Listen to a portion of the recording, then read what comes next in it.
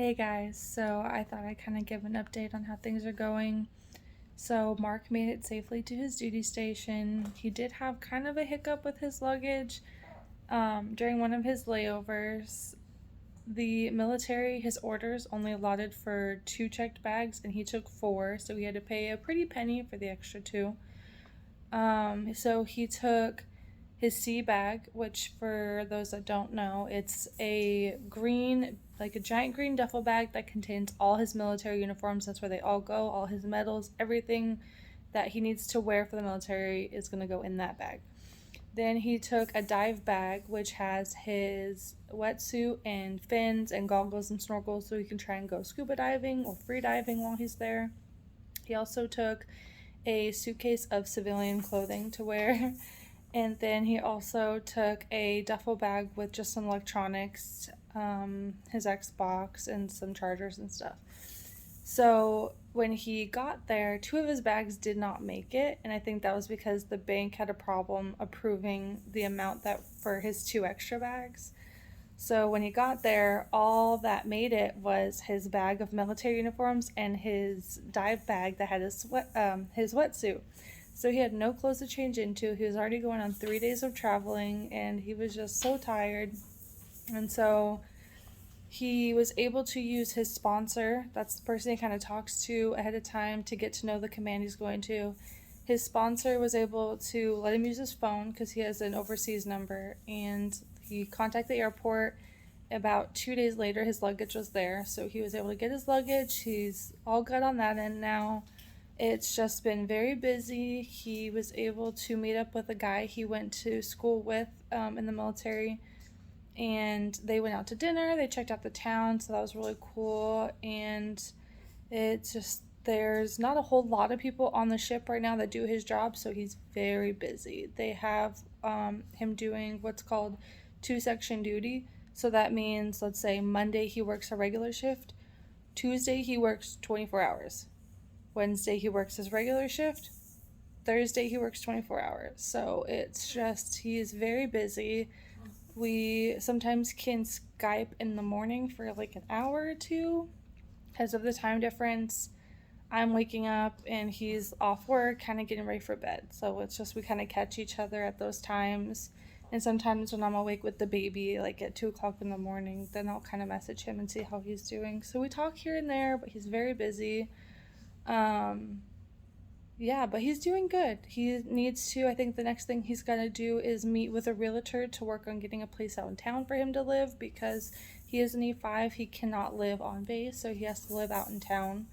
So he's gonna work with a realtor, and the base kind of helps set all that up with like realtors they've worked with and where they recommend he can live and where they don't really want him to live. So they're all very helpful there. But he's doing good. He's just very busy and just working a lot. So but he's liking it so far. It's definitely hot. Different than he expected. But he's doing good. And then for me and baby, this is kind of the first time that we're not cleaning for someone to be here. Like when Granger was first born, Mark was here for a month. Mark left, and then we were getting ready for my nephew to be here for 3 weeks. And then he left, and then we were getting ready for my sisters and Mark to come back. So it's just, it was always somebody was here or we were cleaning for someone to be here. So now it's kind of like slowed down that I can really focus on getting him into a routine, knowing when his nap schedule is, when he needs to eat. And we're kind of getting it figured out. Ever since he was just about a month, we've been co-sleeping, which before I had him, I never wanted to co-sleep. But with Mark being gone, and at one point Granger just did not sleep in his bassinet, I'd get him asleep, put him down, he'd wake right up. He fought me so hard to swallow him, so the only thing that I found that worked for me was to have him sleep in the bed next to me, and I would feed him and he would fall asleep and everything was good.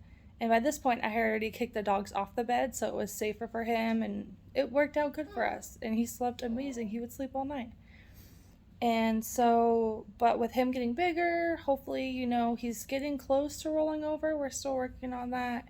And once he starts becoming mobile, I don't want him on my bed at night to where like he could crawl off or roll off because that's like terrifies me. So I have, my room is ginormous that I have here. So I put his crib in my room because his room in this house is kind of far in the back. So I'd have to go through the kitchen, the living room, down a hallway to his room in the middle of the night. And because his sleep has regressed a little bit, he'll get up. He falls asleep at like 10, wakes up at 2, wakes up again at like 4, sometimes 6. So after 2 o'clock, he's just up a bunch. So that's the only way I can get sleep is I put his crib in my room. And it's been working out great. We're going on day 2 now that he slept in his crib and even naps in his crib. And it's amazing. He does so good. And he loves it. I don't know if he just senses that like I'm close by or there's people close by. But he's been doing really good. So it kind of worked out. Let me show. This is kind of my setup in here, which I love. It works really good for me. So my bed. And then the room is so big, I was able to put his crib right here. And that way I can just rock him to sleep, feed him, and then put him back in his crib. And he's doing really good. He loves kind of cuddling with his Scout during the day. And then I'll let him fall asleep with it. And then I'll kind of just carefully take it away from him. So that's kind of what works for us. And then the dogs, I've got them sleeping on the floor.